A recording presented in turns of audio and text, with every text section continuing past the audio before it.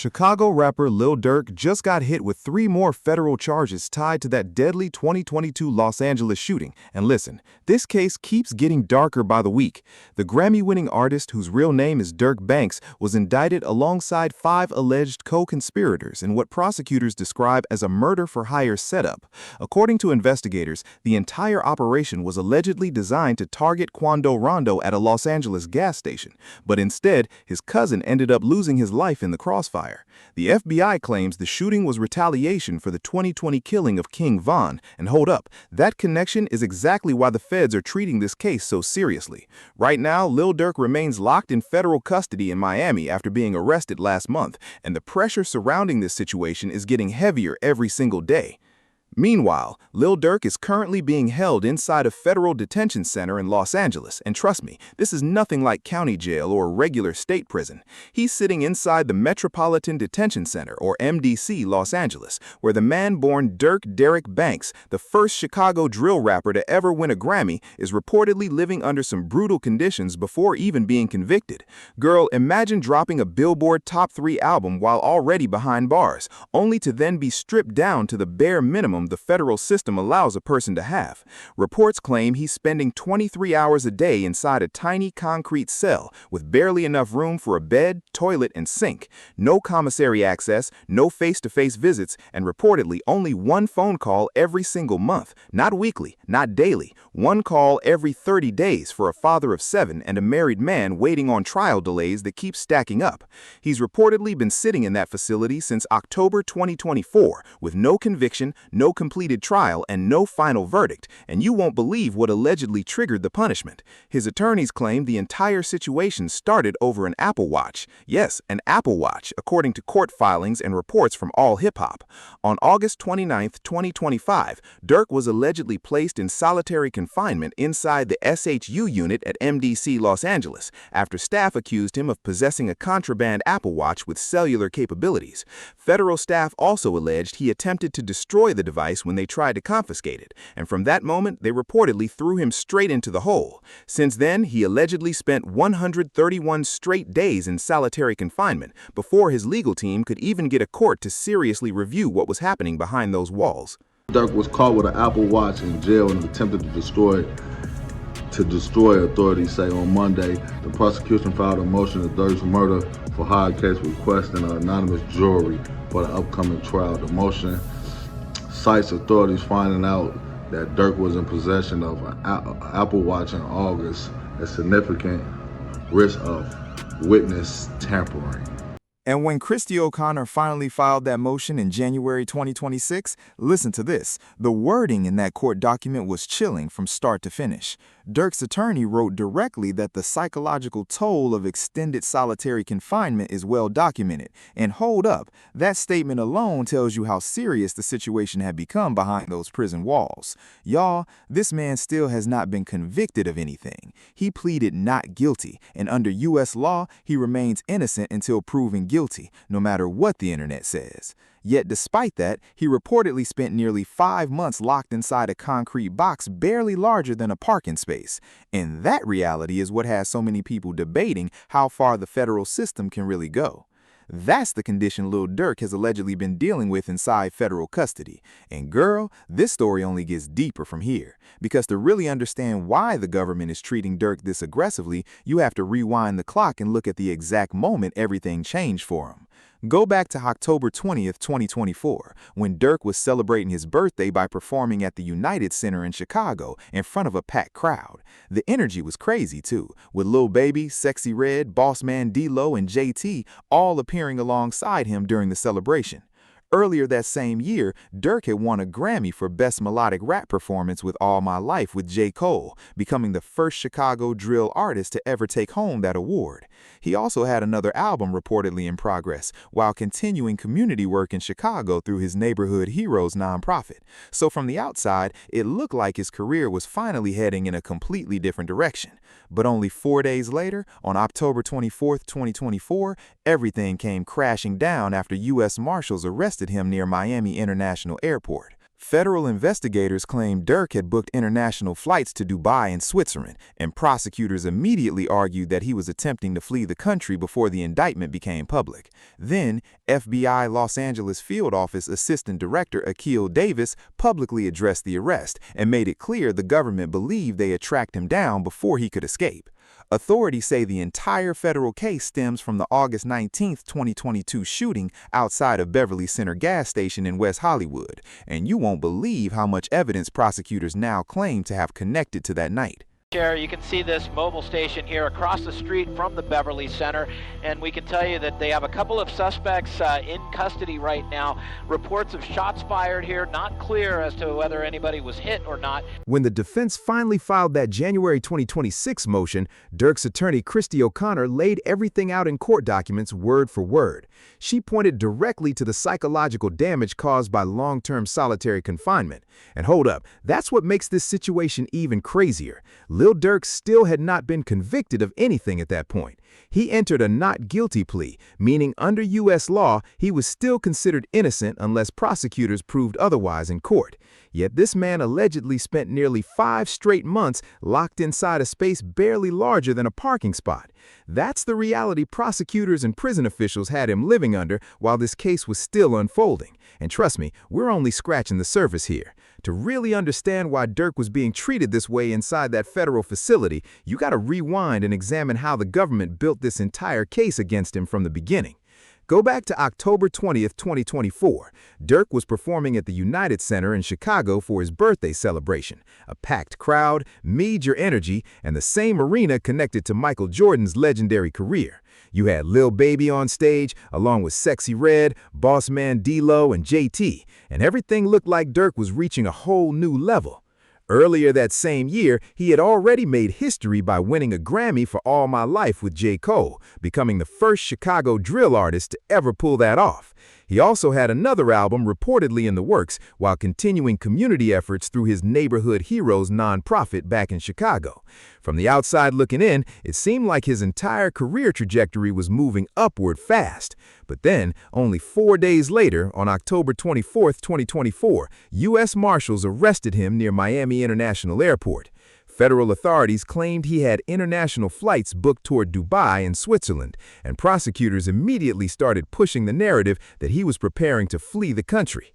The assistant director of the FBI's Los Angeles field office, Akil Davis, even made a public statement after the arrest, emphasizing how far the agency's reach extends. According to the indictment, the charges all connect back to the August 19, 2022 shooting near the Beverly Center area in West Hollywood. Then, prosecutors turned their attention toward Quando Rondo, born Tyquan Terrell Bowman, and his cousin Savia Robinson, also known as Lil Pab, who were reportedly sitting in a black Cadillac Escalade when gunfire suddenly erupted. Rondo survived the attack, but Robinson tragically lost his life in the shooting. Federal prosecutors claimed Durk organized and financed a retaliatory murder-for-hire plot connected to the 2020 death of King Von in Atlanta, and they allege members tied to only the family traveled from Chicago to Los Angeles specifically to target Quando Rondo. The government also argued that lucrative music opportunities were allegedly offered as payment for those involved, and that claim became a major pillar of their case. After Durk was extradited from Florida to California in late 2024 and placed inside the Metropolitan Detention Center, the courtroom battle immediately shifted toward bond hearings and prison conditions. Listen to this, because the bond saga alone tells you how aggressively the federal government approached this entire case. On December 12, 2024, his legal team came to court with a massive release package that included millions in property, cash support connected to Sony Music Entertainment, electronic monitoring, and around-the-clock supervision.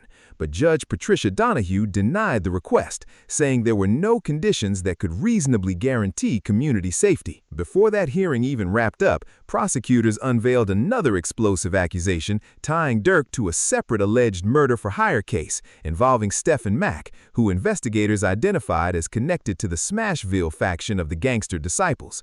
Authorities claim the situation was retaliation tied to the 2021 death of Durk's brother, D-Thang. Prosecutors also accused Durk of violating MDC phone rules by allegedly using multiple inmate accounts to contact people outside the facility. Defense attorney Drew Findling pushed back hard, arguing that behavior was common inside detention centers and insisting there was no evidence Durk was doing anything criminal through those calls. But despite those arguments, the judge still denied bond. By May 2025, Durk's team returned with an even larger release proposal that included armed private monitoring from Airset Group, home confinement, surveillance systems, and millions more in financial guarantees. Around that same time, prosecutors quietly dropped one of their biggest talking points involving the song Wonderful Wayne and Jackie Boy, after the defense presented evidence showing the track had actually been recorded months before the 2022 shooting happened. Hold up, that was a major moment because prosecutors had originally implied the song celebrated the killing tied to the case. Durk's lawyers presented sworn statements from producer Justin Gibson, proving the timeline didn't match the government's argument. Even after that setback, the prosecution continued leaning on other unreleased lyrics and claims involving alleged violence connected to OTF.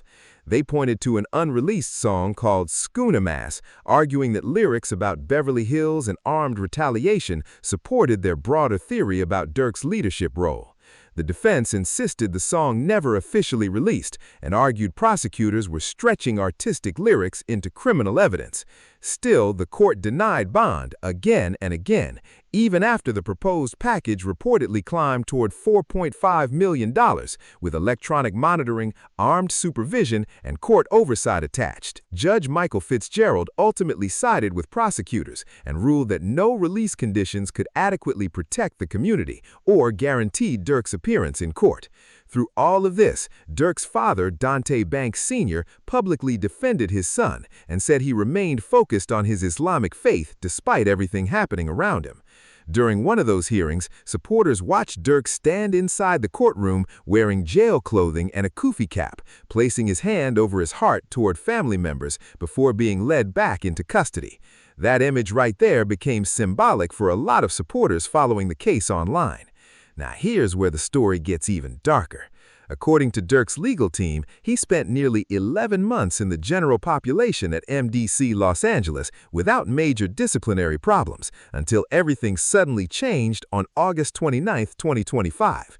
Prison officials alleged they discovered him with an unauthorized Apple Watch that supposedly had independent cellular capabilities, meaning it could communicate outside the prison's monitored systems. Prosecutors further claimed that when staff tried to confiscate the device, Durk attempted to damage or destroy it. That accusation became the reason he was moved directly into solitary confinement inside the Special Housing Unit, also known as the SHU. And the details his lawyers later described about those conditions shocked a lot of people following the case. Attorney Christy O'Connor wrote that Durk was locked in a tiny cell just large enough for a single bed, a sink, and a toilet, with almost no human contact. According to the filing, he had no commissary access, no in-person visits, and was allegedly limited to one phone call every month. That means nearly complete isolation for weeks at a time. His attorneys argued that federal prison regulations require disciplinary reviews within specific time frames whenever inmates are placed in segregation, but they claim Durk went more than 130 consecutive days without receiving the formal hearing required under those rules. Then things became even more confusing because prison officials reportedly gave contradictory explanations about why he was still being held there. One explanation focused on the Apple Watch incident, while another suggested his sheer celebrity status and high-profile case made him a security concern. Durk's lawyers argued that those inconsistencies raised serious constitutional concerns involving cruel and unjust punishment under the Eighth Amendment. Eventually, after months of legal pressure, hearings, and filings, Durk was transferred out of solitary confinement and back into the general population in January 2026. But he remained in federal custody while prosecutors continued building their larger narrative around Durk. Federal filings repeatedly described OTF as more than just a music label, portraying it instead as a hybrid organization, blending entertainment with organized criminal activity.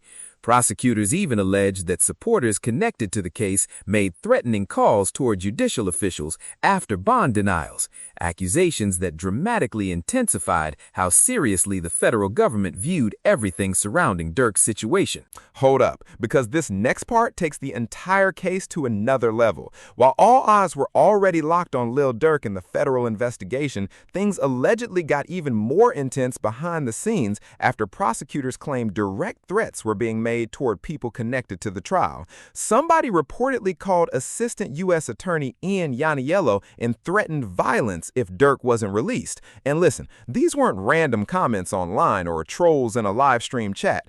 According to court filings, these were direct calls made to federal offices themselves, which immediately changed how seriously the government approached this entire situation. Because of that, prosecutors pushed for something you rarely see outside of terrorism or major organized crime cases: an anonymous jury. They asked the court to completely seal the jurors' identities, including names, jobs, and addresses, arguing they feared what could happen if those identities became public. Durk's attorney, Drew Finling, fired back hard, saying those kinds of protections damage transparency and clash directly with the idea that a defendant is innocent until proven guilty. But the government didn't stop there, girl. They doubled down and accused people connected to the case of allegedly intimidating witnesses and their families, while also pointing back to the Apple Watch incident and the claims about Durk using other inmates' phone pins to bypass monitored prison communication systems.